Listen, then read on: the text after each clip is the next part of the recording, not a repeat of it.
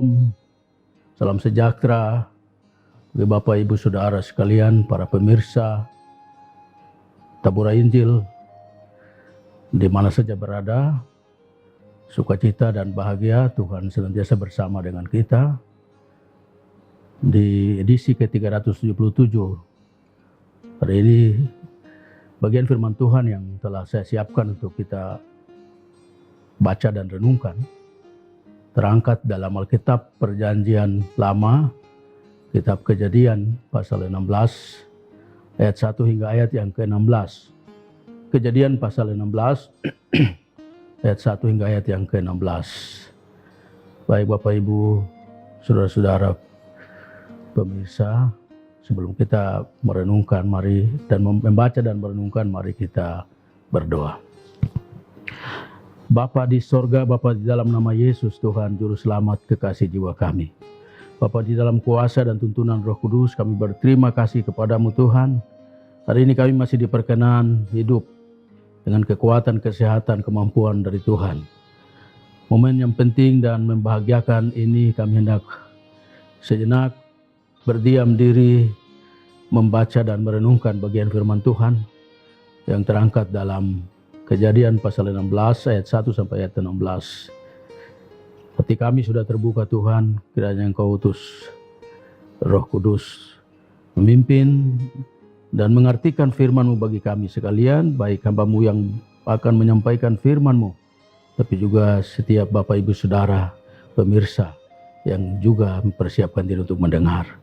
Biarlah firman-Mu menjadi kekuatan, menjadi bagian kami, supaya hidup kami terus tertata menurut firman dan kehendak-Mu ya Tuhan. Dalam nama Yesus firman hidup. Amin. Kejadian pasal 16 ayat 1 hingga ayat yang ke-16 yang berkata-kata demikian. Perikop Hagar dan Ismail. Adapun Sarai istri Abram itu tidak beranak.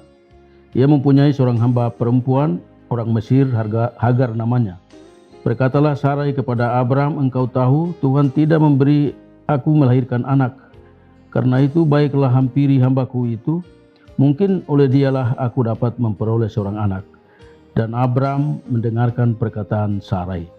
Jadi Sarai istri Abram itu mengambil Hagar, hambanya orang Mesir itu, yakni ketika Abram telah 10 tahun tinggal di tanah Kanaan, lalu memberikannya kepada Abram suaminya untuk menjadi istrinya. Abram menghampiri Hagar lalu mengandunglah perempuan itu.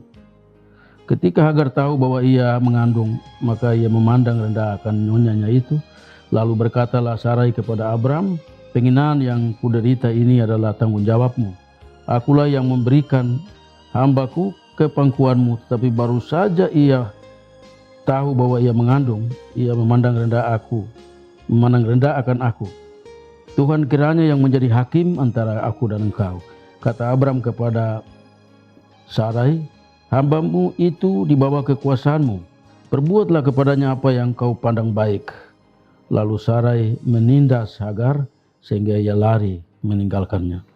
Lalu malaikat Tuhan menjumpainya dekat suatu mata air di padang gurun, yakni dekat mata air di jalan ke Syur. Katanya Hagar hamba Sarai, dari manakah datangmu dan kemanakah pergimu? Jawabnya, aku lari meninggalkan Sarai, nyonyaku. Lalu kata malaikat Tuhan itu kepadanya, kembalilah kepada nyonyamu, biarkanlah engkau ditindas di bawah kekuasaannya.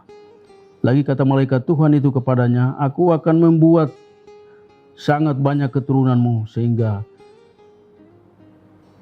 tidak dapat dihitung karena banyaknya. Selanjutnya kata malaikat Tuhan itu kepadanya, engkau mengandung dan akan melahirkan seorang anak laki-laki dan akan menamainya Ismail, sebab Tuhan telah mendengar tentang penindasan atasmu itu. Seorang laki-laki yang lakunya seperti keledai liar, demikianlah nanti anak itu, tangannya akan melawan tiap-tiap orang dan tangan tiap-tiap orang akan melawan dia, dan di tempat kediamannya ia akan menentang semua saudaranya. Kemudian Hagar menamakan Tuhan yang telah berfirman kepadanya itu dengan sebutan, engkaulah El Roi, sebab katanya, bukankah di sini kulihat dia yang telah melihat aku? Sebab itu sumur tadi disebutkan orang sumur Lahiroi, letaknya antara Kades dan Beret. Lalu Hagar melahirkan seorang anak laki-laki bagi Abram, dan Abram menamai anak yang dilahirkan Hagar itu Ismail. Abram berumur 86 tahun ketika Hagar melahirkan Ismail baginya. Bapak, Ibu, saudara-saudara, pemirsa Tabura Injil yang diberkati Tuhan. Bagian yang kita baca ini, bagian Alkitab yang kita baca ini, perikop Hagar dan Ismail, tapi sesungguhnya berbicara tentang keluarga. Berbicara tentang nilai anak dalam keluarga. Kita tahu bahwa nilai anak dalam keluarga itu begitu penting, karena anak itu sebagai penerus, sebagai pewaris, sebagai penopang orang tua kala nanti tua renta, tapi juga sebagai tenaga kerja dalam keluarga. Gara-gara nilai anak itu sering banyak keluarga yang awalnya bahagia, akhirnya kandas dan hancur bercerai-berai. Dalam kisah Abram dan Sarai soal anak ini, Sarai tidak mau perceraian, sehingga dia menawarkan suaminya Abram memperistri Hagar, sehingga anaknya bisa dijadikan ahli waris. Pikirannya supaya berkat Tuhan yang dijanjikan bisa tersalur melalui mereka. Dan pada waktu itu di dalam budaya Mesopotamia, hal itu dimungkinkan. Apabila seorang nyonya tidak punya anak, maka dia dapat menyerahkan budaknya itu untuk kawin dengan tuannya. Sekalipun saat itu Abram dan Sarai belum mempunyai kitab suci atau hukum Taurat yang melarang poligami, tapi minimal mereka dapat cerita turun-temurun bahwa pada mulanya Allah hanya menciptakan satu orang laki-laki dan satu orang perempuan, sehingga seharusnya mereka tahu bahwa Allah pasti tidak menghendaki poligami. Tawaran ini juga menunjukkan bahwa Sarai tidak tekun dalam beriman, menantikan janji Tuhan. Seperti diungkapkan dalam Kejadian pasal 15 ayat 4 hingga ayat yang kelima, ketika Abram bergumul soal anak kandung, dan dia mengatakan kepada Tuhan dia akan memberikan kewenangan atau warisan itu kepada Eliezer, seorang Damsyik yang adalah hambanya. Orang ini tidak akan menjadi ahli warismu, melainkan anak kandungmu, dialah yang menjadi ahli warismu. Lalu Tuhan membawa Abram keluar dan berfirman, coba lihat ke langit, hitunglah bintang-bintang jika engkau dapat menghitung.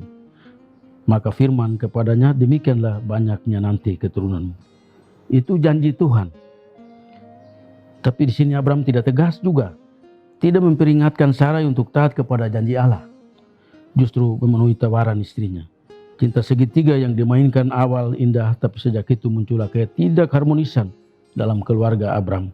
Bahkan terjadi seperti kata peribahasa, senjata makan tuan. Ketika ada penghinaan Hagar kepada Sarai nyonyanya, Sarai memberontak, tapi nasi sudah jadi bubur. Pada ayat kelima jelas tindakan Sarai. Dia menyalahkan Abram bahwa Abram harus bertanggung jawab. Padahal dia sendiri yang menawarkan. Bahkan ia malah mengkambing hitamkan Abram. Nah, Bapak Ibu saudara-saudara, dia menyalahkan Abram. Dan peristiwa saling menyalahkan ini sebuah peristiwa yang sudah pernah terjadi di Taman Eden ketika Adam Hawa makan buah yang terlarang. Sebuah seni kuno dan tidak pernah lekang oleh zaman. Dan ini terulang kembali ketika peristiwa Abram dan Sarai. Suka mengkambing hitamkan orang lain. Tidak hanya itu, Sarai juga melakukan tindakan menggunakan nama Tuhan dengan sembarangan. Kalau kita baca pada ayat yang kelima bagian terakhir, Tuhan kiranya yang menjadi hakim antara aku dan engkau. Saya yakin yang lebih salah adalah Abram. Sarai yakin yang lebih salah adalah Abram. Maka dia berani panggil Tuhan. Lebih dari itu dengan respons Abraham, Abram, dia yakin bahwa Abram lah yang menjadi pelaku kesalahan itu. Dia menggunakan nama Tuhan yang suci untuk membenarkan tindakan yang berdosa. Tapi tidak sampai di situ, tindakan Sarai juga menggunakan kekuasaannya yang diberikan oleh suaminya Abram untuk menindas. Jadi penghinaan dibalas dengan penindasan karena merasa direndahkan, bukan dibalas dengan kasih. Padahal firman Tuhan, pembalasan adalah hak Tuhan. Roma 12 ayat 19. Bapak Ibu saudara-saudara pemirsa Tabura Injil yang diberkati Tuhan.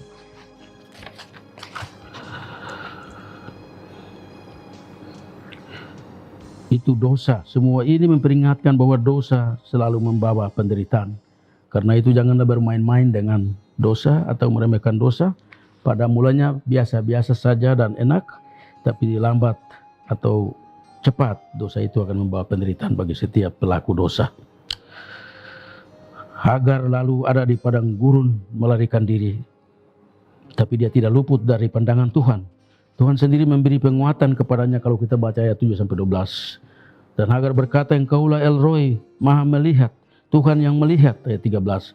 Hagar memuji Allah yang melihat lebih dari yang kasat mata. Bukankah di sini kulihat dia yang telah melihat aku? Hagar bertemu dengan Allah yang menyelami penderitaannya. Perjumpaan dengan Tuhan oleh Hagar itu berujung berkat. Dan Tuhan menyuruh Hagar kembali kepada Sarai, membiarkan dirinya ditindas, ayat 9. Tuhan memberkati anak Hagar dalam hal jumlah, ayat 10. Sekalipun Hagar dan Ismail orang-orang bukan pilihan, tapi karena anak itu adalah anak Abraham, maka tetap Allah memberikan berkat. Dan berikut Tuhan menyuruh memberi nama anak itu Ismail, yang berarti Allah mendengar. Bukan Allah mendengar doa Hagar, tapi Allah mendengar penindasan atas Hagar. Adam Clarke pernah berkata, penderitaan dan kesukaran mempunyai suara di telinga Allah. Hagar bukan orang pilihan, dan ia berdosa dengan menghina Sarai dan lari dari Sarai. Di samping itu ia tidak berdoa, tapi Tuhan mendengar doanya, mendengar penderitaannya, dan memperhatikan apa yang menjadi pergumulan Hagar. Bapak Ibu Saudara pemirsa Tabura Injil yang dikasihi Tuhan, apa makna firman Tuhan Kejadian 16 ayat 1-16 ini bagi kita sebagai orang-orang percaya, orang-orang yang ikut Tuhan? Pertama, setia dan tekun menanti janji Tuhan, menanti waktu Tuhan dalam segala sesuatu yang kita kerjakan. Berdoa dengan tidak berkeputusan. Jangan beri ruang bagi keraguan, karena keraguan-raguan itu akan membuahkan ketidakpercayaan, dan akhirnya ketidakpercayaan itu menghilangkan pengharapan. Tidak ada masalah keluarga yang lebih besar daripada keluarga yang kehilangan pengharapan. Jadi setia dan tekun menanti janji Tuhan. Hal yang kedua, hindari kebiasaan menyalahkan orang, mengkambing hitamkan orang, bahkan menggunakan nama Tuhan yang kudus untuk membenarkan tindakan dosa. Rengkuh kesalahan itu, jangan tangisi. Bagi Bapa sebagai kepala keluarga hendaknya bertanggung jawab dan mengambil keputusan yang benar. Minta selalu hikmat Tuhan. Hal yang ketiga, ketika memiliki kekuasaan, gunakan secara bertanggung jawab untuk menjadi berkat, bukan untuk menindas atau membalas dendam kepada orang lain yang mungkin pernah menyakiti hati. Karena pembalasan adalah hak Tuhan. Bagian kita adalah mengasihi musuh maupun orang-orang yang membenci kita. Bagian yang keempat, jika hari ini keluarga saudara ada dalam ancaman, dalam tekanan, dalam pergumulan karena berbagai permasalahan hidup, sehingga keluarga tidak harmonis, ingat keluarga Abram, bapa orang percaya itu pun mengalaminya. Jangan terlalu lebay. Tuhan dapat bekerja melalui keluarga yang tidak harmonis. Mari datang padanya. Hagar bukan orang pilihan. Ia tidak berdoa, tapi Tuhan mendengar penderitaan dan memperhatikannya. Tuhan peduli kepadanya. Apalagi saudara dan saya adalah orang pilihan. Saudara tidak hidup dalam dosa, dan saudara berdoa kepada Tuhan, mungkinkah Tuhan tidak mendengar dan memperhatikan penderitaan dan doa saudara? Saya yakin Tuhan menyelami penderitaan kita. Tuhan merasakan penderitaan kita. Hari ini kita juga tengah berada dalam merebaknya COVID-19. Dan banyak orang ada dalam pergumulan-pergumulan. Bagaimana bisa terhindar, selamat. Ingat Hagar, dia tidak berdoa, tapi Tuhan melihat penderitaannya. Tuhan melihat pergumulannya. Tuhan peduli, Tuhan mengerti, datang kepada Tuhan.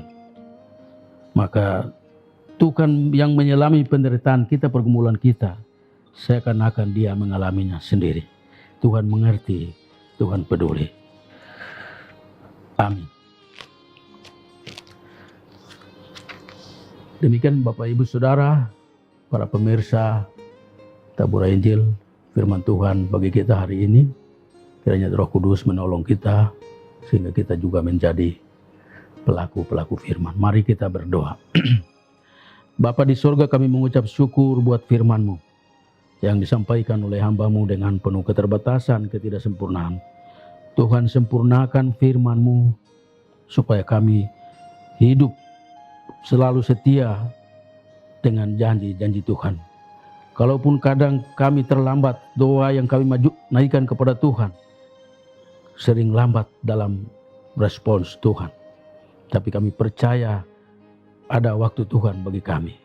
Tolong setiap keluarga-keluarga kami, Bapak Ibu, Saudara, para pemirsa yang ada dalam kesulitan, dalam pergumulan, Tuhan hadir memberi jalan keluar. Beri hikmat akal budi supaya setiap persoalan dalam keluarga dapat diatasi dengan melibatkan Tuhan, bertanya kepada Tuhan apa yang harus dilakukan ketika menghadapi kemelut. Bapa di surga, berkati firman-Mu bagi kami sekalian. Berdoa menyerahkan BPK GKI yang terus melakukan pekabaran Injil melalui media Tabura Injil. Tuhan berkati ketua dan seluruh jajaran sehingga media ini terus boleh ada dalam upaya menyebarluaskan firman-Mu bagi semua orang. Berdoa khusus bagi mereka yang terlibat untuk menata media ini. Tuhan memberkati pribadi, lepas pribadi dan keluarga. Beri mereka waktu, kekuatan, kesehatan supaya mereka setia terus untuk menata pekerjaan yang terkait dengan penyiaran Tabura Injil di Klasis ini. Bapa di surga, kami berdoa menyerahkan umat-Mu, baik yang mendengar, yang mengikuti acara renungan ini, maupun yang tidak. Tuhan melindungi, menyertai, memberkati di tengah COVID-19 yang terus melanda negeri. Kami minta pertolongan Tuhan, Engkau hadir dengan cara-Mu sendiri. Beri kami keluputan, beri kami kekuatan, beri kami percaya. Kami tidak hilang harapan, kami tidak ragu-ragu, karena Tuhan ada bersama dengan kami. Terima kasih Bapa di surga. Ini doa dan permohonan kami. Ampunkan dosa dan kesalahan kami dalam nama Yesus. Kami sudah berdoa kepadamu ya Bapa di surga. Haleluya. Amin. Bapak Ibu pemirsa Tabura Injil yang diberkati Tuhan. Demikian perenungan kita hari ini. Saya ajak Bapak Ibu sekalian, mari ikuti terus setiap pekabaran firman Tuhan melalui media ini. Tabura Injil Klasis GKI Yapen Selatan. Tuhan memberkati dan menyertai kita sekalian. Amin.